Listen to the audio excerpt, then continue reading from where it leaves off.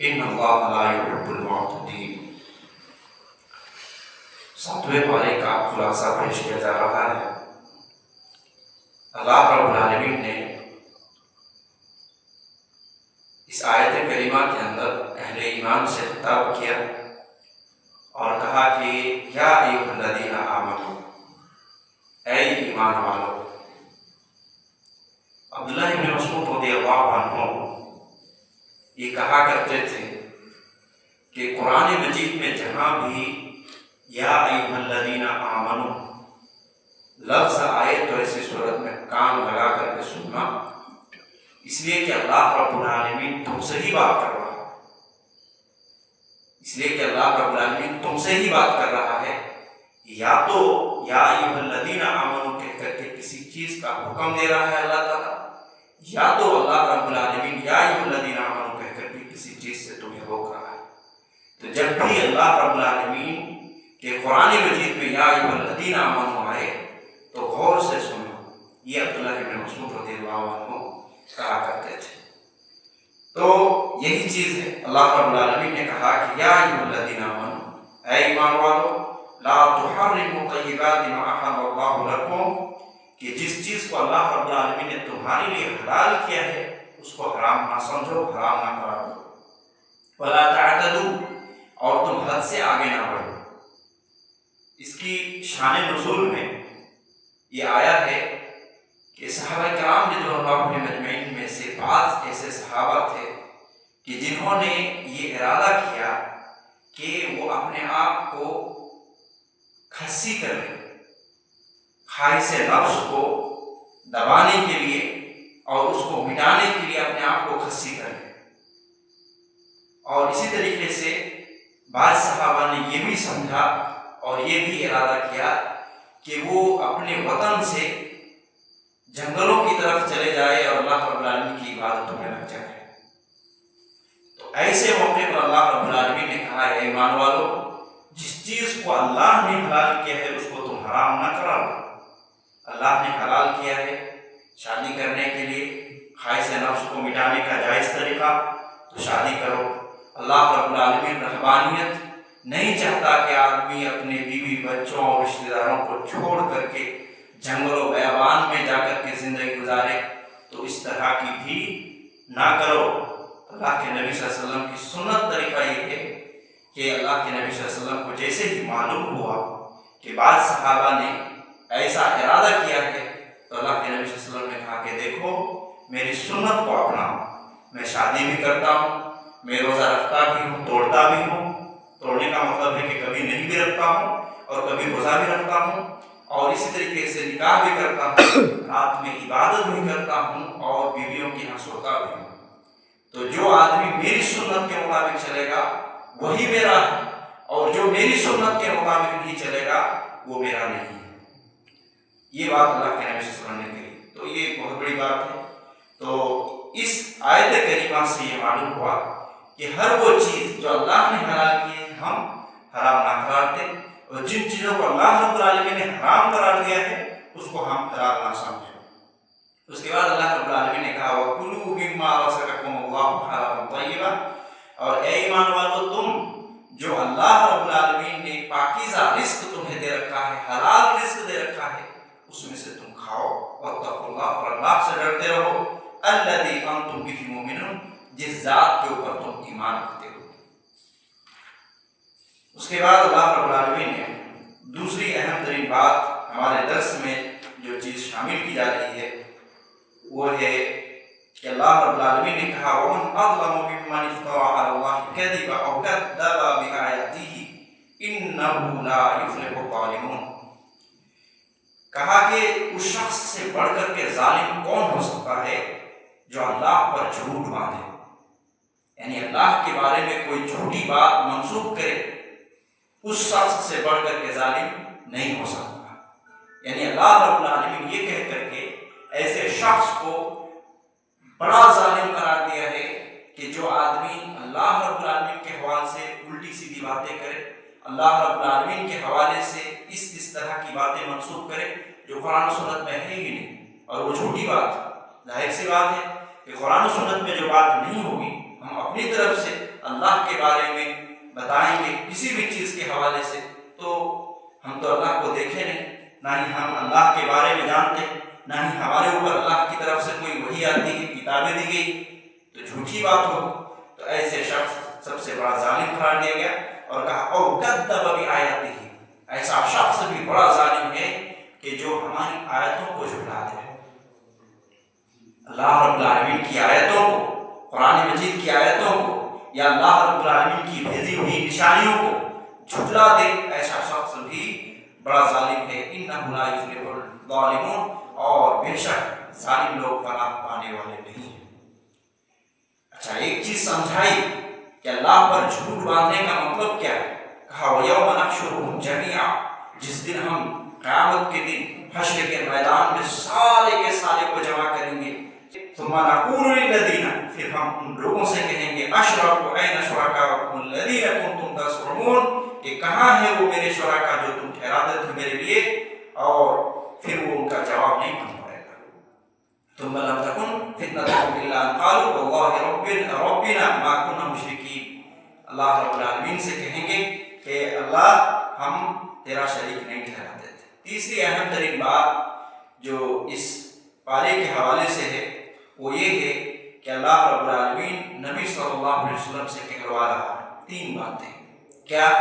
قل لا اقول لکم عندی خزائن اللہ، کہ اے نبی آپ کہہ دیجئے کہ میرے پاس اللہ کے خزانے نہیں ہیں۔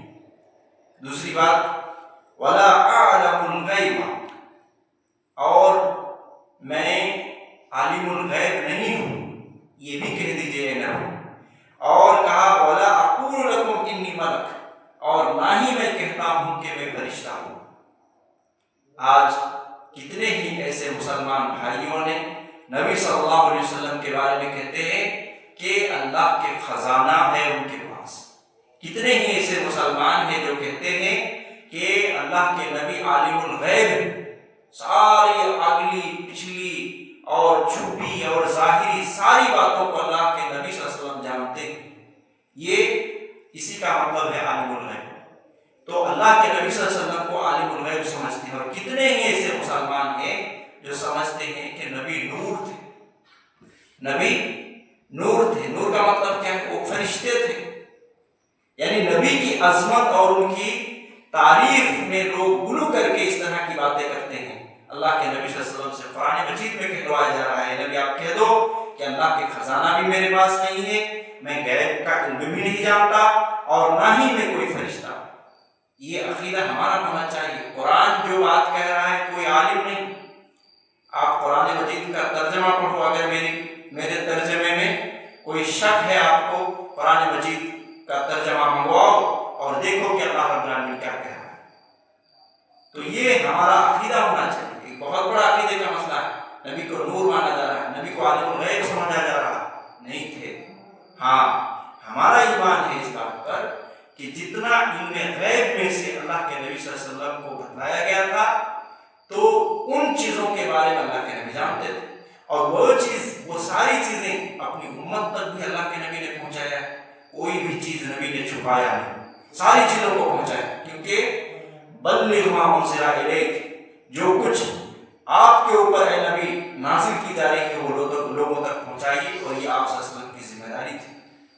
تو اگر عالم الغیب کوئی ہوتے تو نبی صلی اللہ علیہ وسلم سے پہلے جبرائیل ہوتے، کیونکہ ساری خبریں حضرت جبرائیل لا رہے ہیں نبی صلی اللہ علیہ وسلم کے پاس، اور نبی صلی اللہ علیہ وسلم سے پہلے حضرت جبرائیل کو معلوم ہو رہا ہے، اللہ رب العالمین جبرائیل کو بھیج رہا ہے، اور جبرائیل جو لا کر کے نبی صلی اللہ علیہ وسلم تک پہنچا ہے۔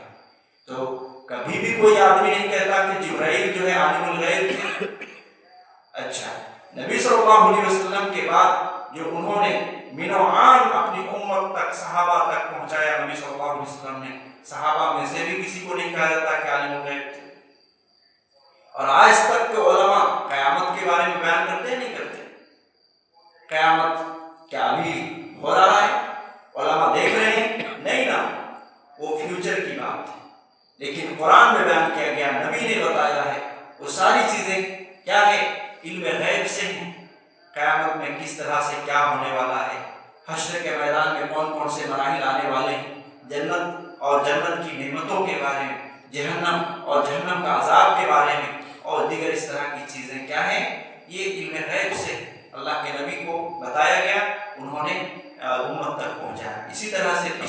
قوموں کے حوالے سے، آدم علیہ السلام کے بارے میں، نوح علیہ السلام کے بارے میں اور دیگر اس طرح کے نبیوں کے بارے میں اور ان کی قوموں کے احوال کے بارے میں، ساری چیزیں غیب کی خبریں تھیں، اللہ نے بتایا، نبی نے پہنچایا امت تک۔ تو اس طرح سے علم غیب میں سے جو چیز نبی کو دی گئی وہ جانتے تھے اور امت تک بھی پہنچائے، لیکن ایسا نہیں کہا جا سکتا کہ وہ نبی صلی اللہ علیہ وسلم عالم الغیب تھے، بلکہ صرف اور صرف اللہ رب العالمین ہی عالم الغیب ہیں۔ جتنے علم غیب میں سے دیا گیا نبی صلی اللہ علیہ وسلم نے لوگوں تک پہنچایا۔ اسی طریقے سے ایک اور آیت کریمہ جو اسی حوالے سے ہے، وَعِندَهُ مَفَاتِحُ الْغَيْبِ لَا يَعْلَمُهَا إِلَّا هُوَ، اللہ رب العالمین اپنے بارے میں کہہ رہا ہے کہ اللہ ہی کے پاس علم غیب کی کنجیاں ہیں، علم غیب کی چابیاں ہیں، لا يعلمها الا هو، اللہ کے علاوہ کوئی نہیں جانتا۔ وَيَعْلَمُ مَا فِي الْبَرِّ وَالْبَحْرِ، اور اللہ رب العالمین بر و بحر یعنی خشکی اور تری میں جو کچھ بھی ہو رہا ہے ساری چیزوں کی خبر، ساری چیزوں کا علم رکھتا ہے۔ وَلَا تَسْقُطُ مِنْ وَرَقَةٍ إِلَّا يَعْلَمُهَا، اللہ اکبر۔ اللہ رب العالمین نے کہا کہ کوئی بھی درخت کے اندر ایک پتا بھی گرتا ہے تو اس کا علم اللہ رب العالمین کو ہے۔ کتنی بڑی بات کہی ہے، پتے ہزاروں گر رہے ہیں، کون اس کی خبر رکھتا ہے؟ اللہ رب العالمین خبر رکھتا ہے، ساری چیزوں کی خبر اللہ رب العالمین کے پاس۔ پتا گر رہا ہے اس کی یہ خبر ہے۔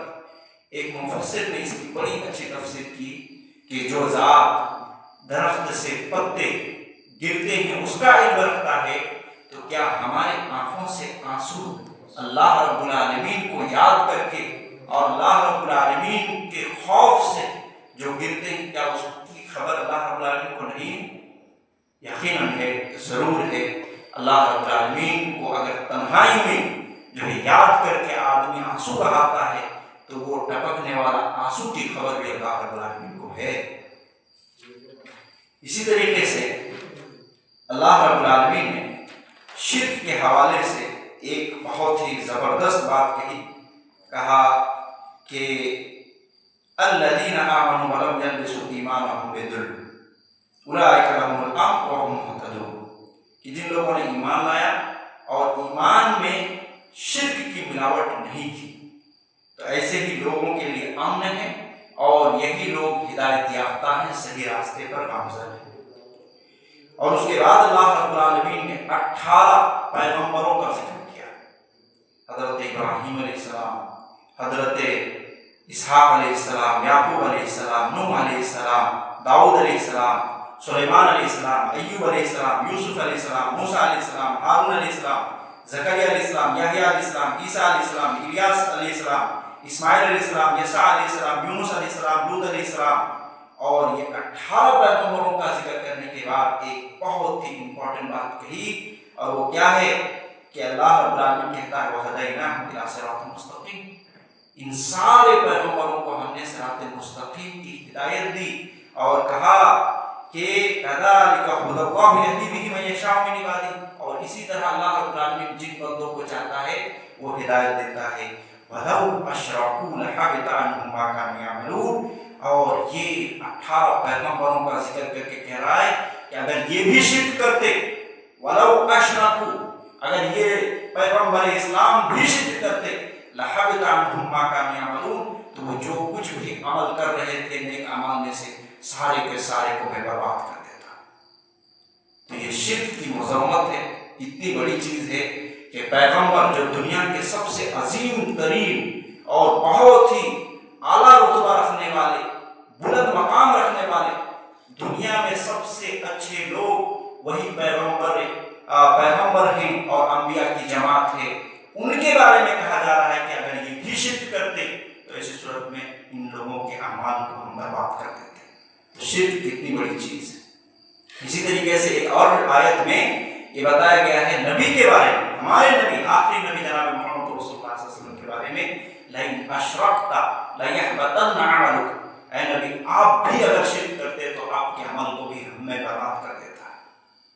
تو شرک سے بچے رہیں، یہ بڑا تعلیم ہے کہ اللہ رب العالمین جن عبادتوں کا مستحق ہے، جن مقام کا مستحق ہے، جن احترام کا مستحق ہے، صرف اور صرف اللہ رب العالمین ہی کو دیا جائے، کسی اور کو اس میں پارٹنر اور کسی اور کو سازی اور کسی اور کو اس کا ہمسر نہ قرار دیا جائے۔ اللہ رب العالمین سے اس سمجھ کے ساتھ نیک اعمال کی توفیق عطا فرمائے۔ آمین صلی اللہ علیہ محمد وعلی آلہ وصحبہ اجمعین ومن تبعهم بإحسان إلى يوم الدين۔